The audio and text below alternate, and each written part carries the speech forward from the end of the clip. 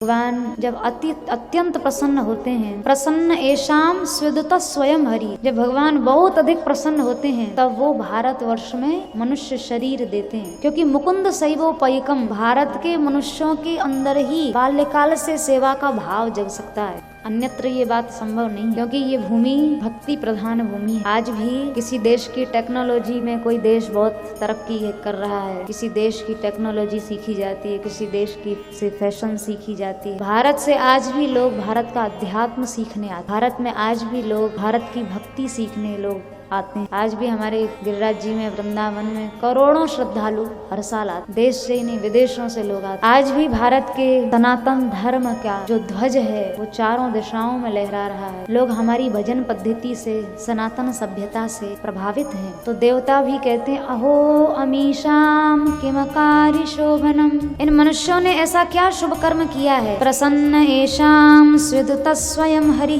साक्षात स्वयं श्री हरि इनके ऊपर प्रसन्न होकर इनको भारत में जन्म दे दिया। यही जन्म लब्धम नृषु भारताजिरे मुकुंद सैवो पैकम स्पृहा। ठीक है, स्वर्ग में सुविधाएं बहुत हैं, बहुत भोग बहुत है, लेकिन देवता कहते हैं यहाँ व्यक्ति भजन नहीं कर सकता है स्वर्ग में, क्योंकि भोग इतना अधिक है कि उसका मन भजन में लग ही नहीं सकता। विषय इतने अधिक हैं कि मन चाहकर भी भजन कोई कर नहीं सकता। महाराज खटवांग भी भजन करने के लिए धरती पर आए, मुचकुंद जी महाराज भी स्वर्ग से भजन करने के लिए धरती पर आए, नारद जी सनकादिक ब्रह्मलोक के महापुरुष भी सत्संगार्थम समाया था, सत्संग के लिए बद्रीनाथ धाम इसी धरती पर, भारत की धरती पर। तो सत्संग की जो सुविधा भारत में एक स्वाभाविक रूप से है ना, ये कहीं नहीं है। साक्षात ब्रह्मलोक स्वर्ग आदि लोकों में भी सत्संग की ऐसी सुविधा नहीं है जो भारत में है। आप देखो ना, बिना प्रयास के कहीं चले जाओ, किसी मंदिर में चले जाओ, वहीं सत्संग मिल जाए। तो देवता कहते हैं हे नाथ, सब कुछ है स्वर्ग में, पर नयत्र नारायण पाद पंकजम, यहाँ भगवान के चरण नहीं है। और हमारी भारत भूमि में देखो आप, अक्षय तृतीया के दिन तब ठाकुर जी अपने अपने चरण खोल खोल के बैठ जाते दर्शन करने। एक साल में एक बार बिहारी जी भी अक्षय तृतीया को चरण दर्शन कराते हैं। सब जगह विष्णु पाद है, गया जी में चले जाओ, पंढरपुर में चले जाओ, हमारे ब्रज भूमि में 3-3 चरण पाड़ियां चाहे जब जाके दर्शन कर लो। नंदगांव में, कामवन धाम में और बठेन गांव, 3 जगह चरण पाड़ियां ठाकुर जी के आज भी 5,500 वर्ष पुराने चरणों के चिन्ह हैं। आज भी स्वर्ग में थोड़ी है ये सब।